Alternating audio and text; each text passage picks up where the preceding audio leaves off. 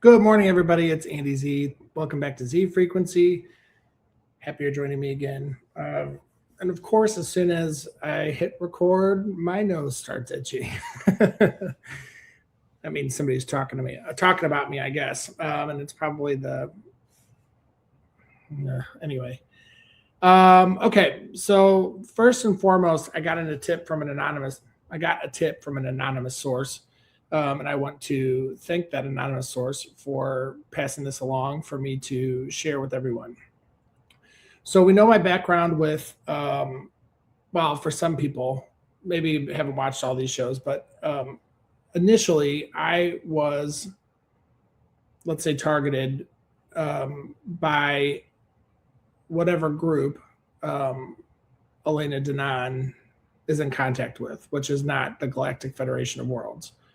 I believe they are from Aldebaran, and they are shape-shifting reptilians. So she believes that she is in contact with Thorhan and Ia, Enki, all these people. It's not true. So she probably doesn't know it. This being that is playing Elena Denon, I'm sure, is aware. But this, and I haven't watched this in a long time. I haven't paid any attention to Elena Denon or Alex Collier. I feel that they're both compromised. But I want to point out something that she just apparently said on Monday in her Star Nation News. So and this is just a clip. I'll put the links in the description underneath so you can look for yourself for both of these. So this is the one from recently, from Monday. Now listen to this. On March 24, 2026, a few days ago, Alex Collier reached out to me, telling me that Morene told him that the 200 fallen that worked for Enlil had been recalled off the planet. End of quote. I asked Ia confirmation on my side. What do you think of this information? Ia said yes, of course, they have been extracted, and this has to do with the current takedown. Okay.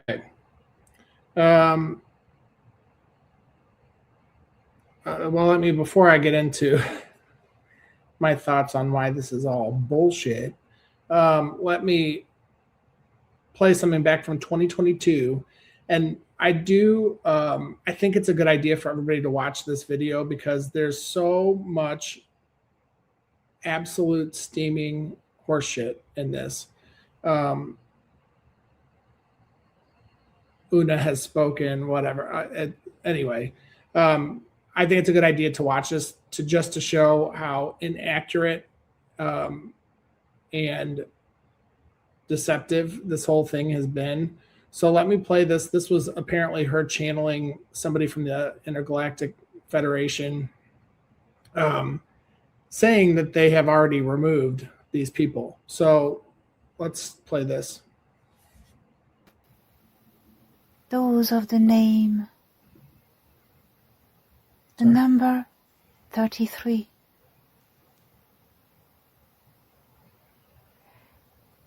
Those of the lower numbers, the reverse triangles, and all those who worshipped the soul harvester.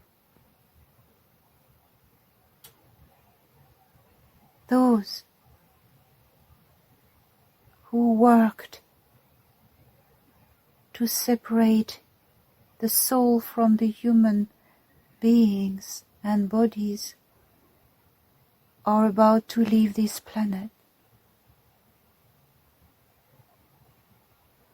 Parliamentation deals. You must not believe that we agree to their acts. We displeased all that they have done. Antarctica is the meeting place because the portal can take them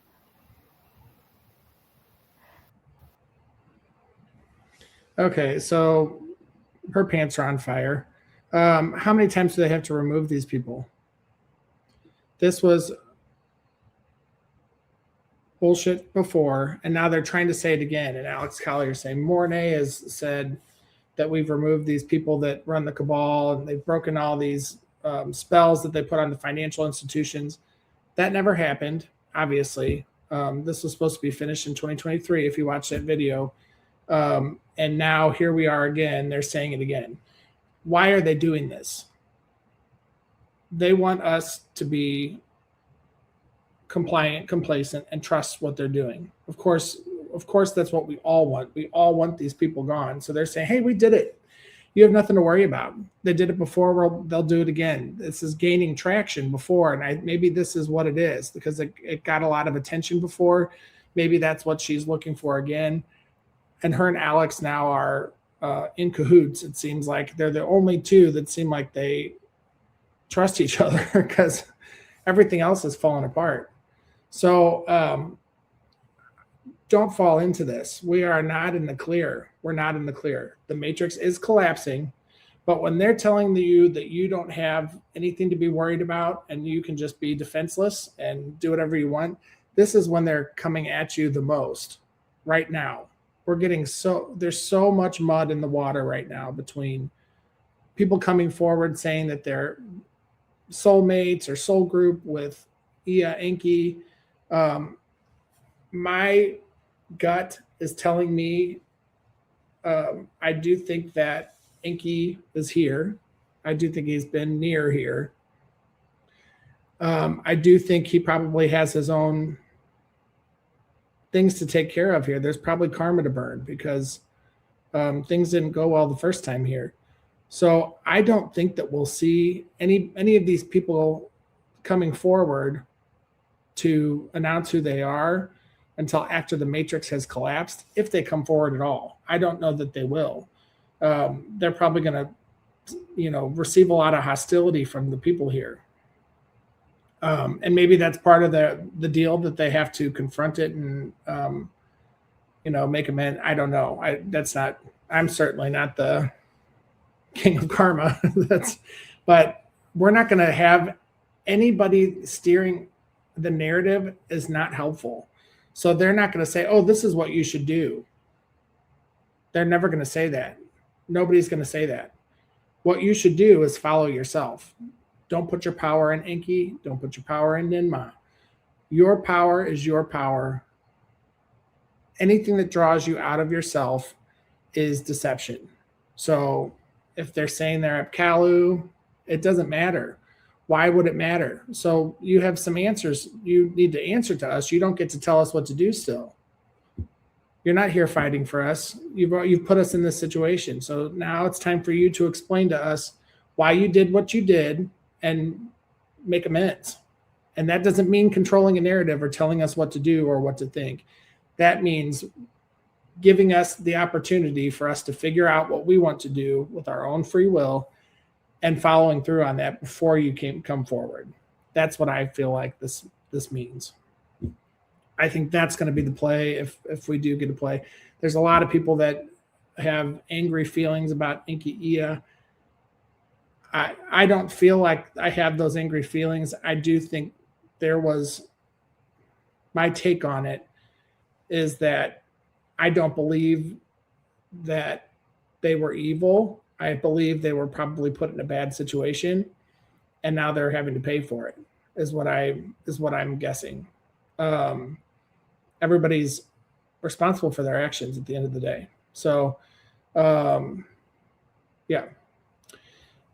Next thing, I thought this is unrelated, but I thought it was kind of interesting because now as we see this, they had plans for these end times.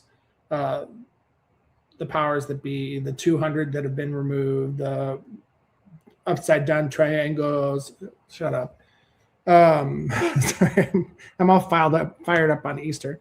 And you know what? Actually, let me take a moment to just acknowledge survivors of SRA and Masonic abuse, and because this is going to be probably a very tough day for them. these holidays like Easter it's probably going to be a very rough day. So if any of you watching are survivors, or if you know survivors, please just let them know that, you're thinking about them today. This is going to be a day that they've historically had a bad day. So I'm thinking about you. I hope if there's anything I can do to aid in your recovery, or if you'd ever like to come on here and talk about your experiences, I'm open to having people on for sure, so that we can get this spread out so people are more aware of what we're dealing with here. So my heart goes out to all of you. And if I can ever do anything, please let me know. Okay. That said, they had this, just like Katie said, scripture, Bible scripture, scripted for thousands of years now. What's going to be happening at this time? What they didn't know is that our consciousness was going to be growing as much as it did. And they had a plan for this, and Trump was supposed to be the last president. And we know this because we've got the vampire, Johnny Depp. Let's play this. Is elected president of the United States. In a kind of historical way, it's exciting because we will see the actual last president of the United States. It just won't work after that. So they were thinking end times would be here by now, and they may be initiating it now, but we're not as easily controllable as we used to be. So I think that's great news. I think we will start seeing things collapsing more and more. I have a feeling there's a lot of traction. I feel like this window in time that our buddy Chris Bledsoe, between Easter and October, I think this is when they're going to really crunch us as far as information, disinformation, controlling the narrative. They want us stressed out. They want us scrambling. They want us in scarcity. And really, the more centered and more calm and as close as you are to your baseline, the better off you are. So, yeah. Next thing, speaking of Chris Bledsoe, I couldn't let Easter go without bringing him up. So we're here.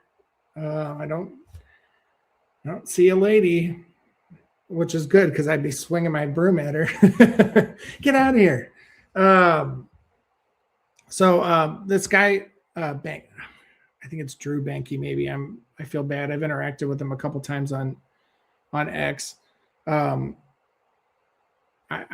from what I've gathered, and I haven't done a deep dive on it, he's a combat veteran, I believe. He's done some, let's say, plant medicine ceremonies to kind of get where he's gotten. Again, it's not my thing, but no judgment on anybody. Truth is truth. But this is an interesting. So I showed his text exchanges with Chris Bledsoe before. Chris Bledsoe said any primordial, or what did they say? He said something like any basic culture believes in God, whatever. Oh, let's just remove this. I'm really bad at this. Oh, let's hold on one second. There we go. Drew Bankey. Okay, I knew it. Third chapter, CIA agents escorting Chris Bledsoe around France. Proof, not tourists, real handlers since 2007. Same guy who laughs off native spirituality, then pushes Armageddon and Jesus as the real disclosure. Angels, lady, prophecy, not aliens. This is whistleblower territory. CIA is scripting a Christian endgame. It's like he's just saying wonderful things to me. It's music to my ears. So the text exchange between he and Chris Bledsoe. Have you ever heard of the two women who have the same visions, messages, etc.? CIA looked into them. This is recent. I forget their names. Chris Bledsoe, no sir. Drew Bankey, fractal of consciousness is the theory. Chris Bledsoe, and this is where we know that he's an agent, or maybe not an agent, but at least an asset. And I have been traveling with them all week throughout France. So he is fully embedded and enmeshed in the CIA. He is an asset, if not an agent. Whenever you see these people that are assets, you have to think that they've been MK Ultra'd. And so at that point, they can be put into an altar where they're highly suggestible. And you can say, you've had contact with the lady who calls herself Hathor, who calls herself Ninmah, who calls herself Divine Feminine. And she told you, blah, blah, blah. When the gaze of the Sphinx, it all sounds like one of those seances back in the 30s, and they'd rub the crystal ball and look at it, and the lady had a turban on, is what it sounds like to me. So, and again, they're trying to take a narrative. We do have the Divine Feminine energy that's having a resurgence. Again, I've had experiences with the Divine Feminine. I try to tap in once a day, if at all possible.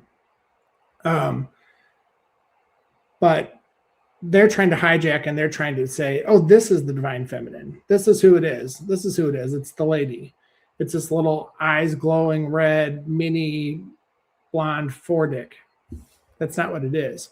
But they can certainly control the narrative that way. And they're pushing this on us because they can't have her coming back. Or let's say that frequency, that energy coming back